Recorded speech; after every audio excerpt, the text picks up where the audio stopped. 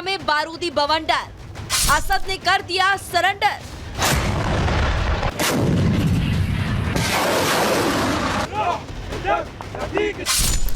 दमिश्क से असद भाग गए, जुलानी भरोसे सीरिया छोड़ गए।